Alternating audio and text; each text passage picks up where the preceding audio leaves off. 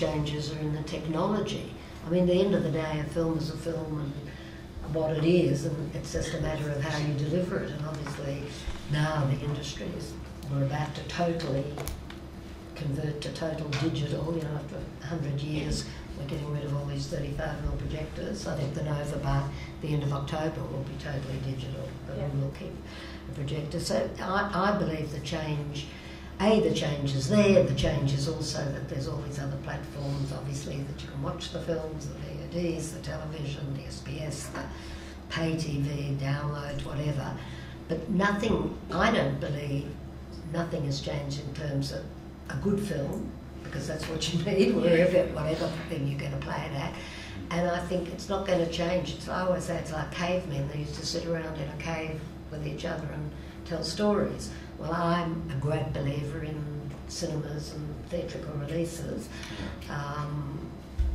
And I believe people want to go out and be with people and sit with people. So no matter what other technological change there is, people will still go to the cinema. So it's more in the delivery. But the biggest change to media delivery would be new media, which was the term that was bandied about 5 years ago that's perhaps not so prolific at the moment. But new media would be web-based formats and mobile formats. And so with the emergence of these formats,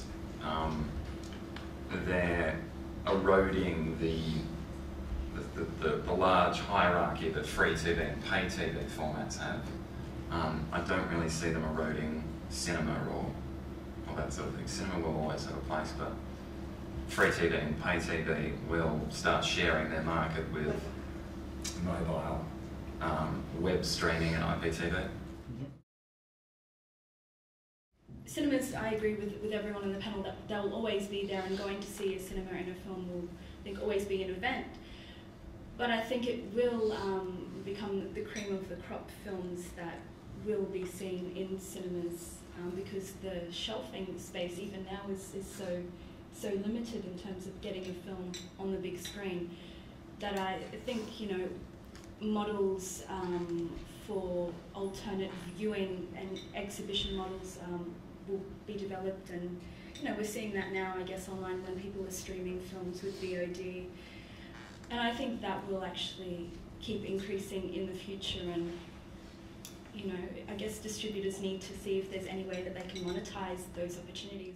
My view on change is that it's inevitable. It's something that's actually going to happen all the time. In general, people don't like it, but they're going to have to get used to it. Such as my mum with the DVD player. Yeah. A lot of people don't like it, but it's inevitable, and I think philosophy, using strategy is the key.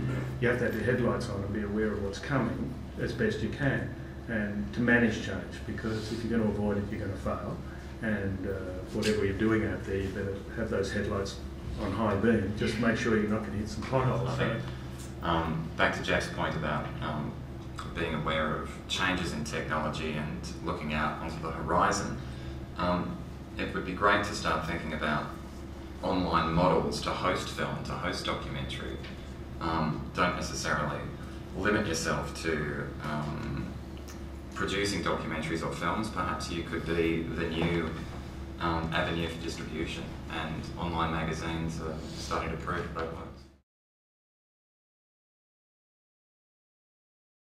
You know, I mean, you can't be everything to everyone. So probably the best strategy is what you say no to, not what you say yes to. And I think get your objectives clear, what your goals are, what you want to achieve. No, I think what's very important that now that people can make films with their, you know, their cameras, etc., and just so many people making them, that they have to be clearer that not every film is suitable for a cinema release, and it seems to be the key goal of most filmmakers. And I think that's where the distribution is. And I think it's all going to be judged on the content in the end, and the good films will survive, and the talent. I'm just a huge believer in talent, and the talent, we've got to make them, we've got to find the talent. I mean, we wouldn't have these wonderful filmmakers, the Ang Lees and everybody in the world, if they didn't start somewhere and make their films. Word of mouth, especially for our films, it's the holy grail. It's so important.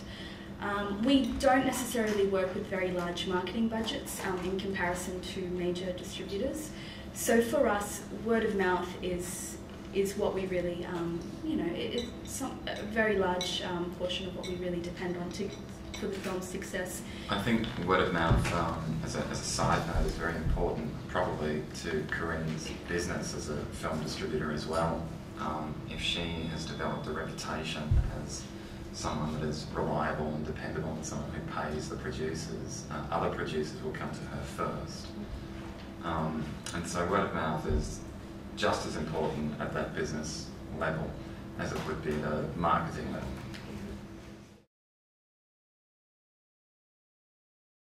So maybe for a new player, it's better to come in on something small where they can just get a niche following behind it. Look, it's quite a low barrier to entry.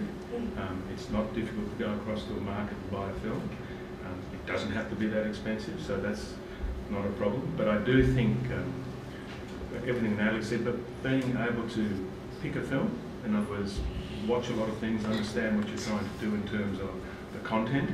So you need quite clear understanding of where you want to go with it. Be passionate about it, and really sort of think commercially rather than thinking about what you like. It's not always what you like, that helps, but think about what the market, which is back to marketing again, what are these people out here going to want to watch?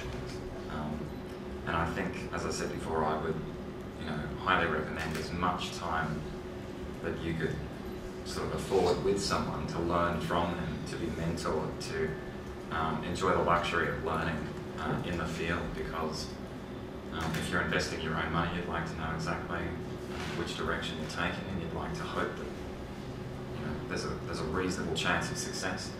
And I think you'll do that if you've had time observing from someone who's been in the field. That's why I suggest always, giving different things a go, because you don't know until you try. And if you're interested in a particular area, definitely pursue it and learn as much as you can about it. Be a sponge and absorb information and ask questions and talk to people. Thank you, that's great advice.